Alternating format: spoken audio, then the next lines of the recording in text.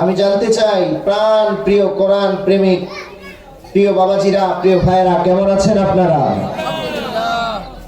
সবাই ভালো আছেন তো? ভালো রাখার মালিক কে? আমাদেরকে রিজিক দিয়েছেন কে? সুস্থ রেখেছেন কে? অসুস্থতা দেন কে? দারিদ্রতা দেন কে? সব দিক থেকে আমাদের নিয়ামত দিয়ে ভরপুর রেখেছেন কে? সে আল্লাহর প্রশংসা আদায় করার দরকার আছে না নাই? প্রশংসা আদায় করলে বুঝি ক্ষতি হয়?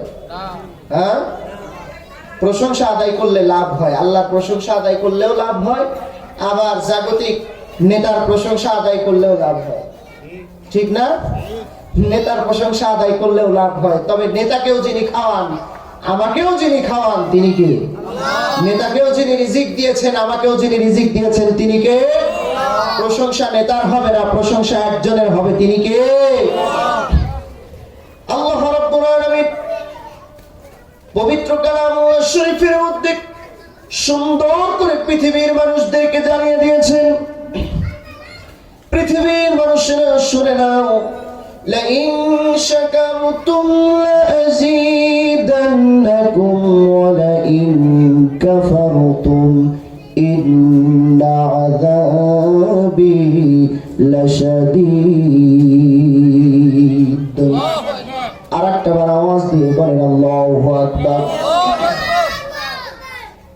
পৃথিবীর মানুষের আমি আল্লাহ পাক তোমাদেরকে এত নাজ নিয়ামত দিয়েছি, এই নিয়ামত ভক্ষণ করার পরে তোমরা যদি আমি আল্লাহ পাক রব্বুল আলামিনের প্রশংসা আদায় করতে পারো, আমি আল্লাহ পাক রব্বুল আলামিনের শুকরিয়া জ্ঞাপন করতে পারো, কলামে আসমান এবং জমিনের মধ্যকার যত নিয়ামত দিয়েছি এই নিয়ামত গুলো কোটি কোটি গুণে বৃদ্ধি করে দিয়া তোমাদের জন্য আরো বাড়িয়ে দিব।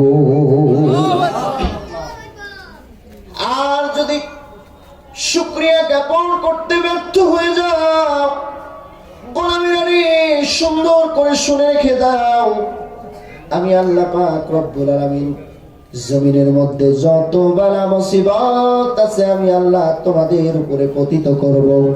শুধু তাই নয়, কিয়ামতের ময়দানে যিনি কঠোর থেকে কঠোর শাস্তিদায়ক ব্যবস্থা করবেন যিনি, তিনি কে? শুকরিয়া জ্ঞাপন। শুকরিয়া বলতে আমরা কি বুঝি? শুধু প্রশংসা, শুকরিয়া জ্ঞাপন।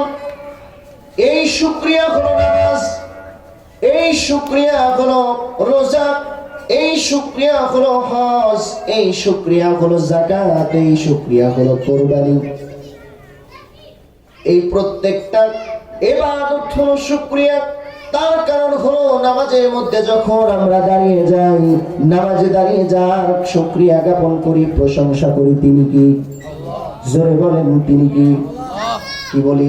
আলহামদুলিল্লাহি রাব্বিল আলামিন।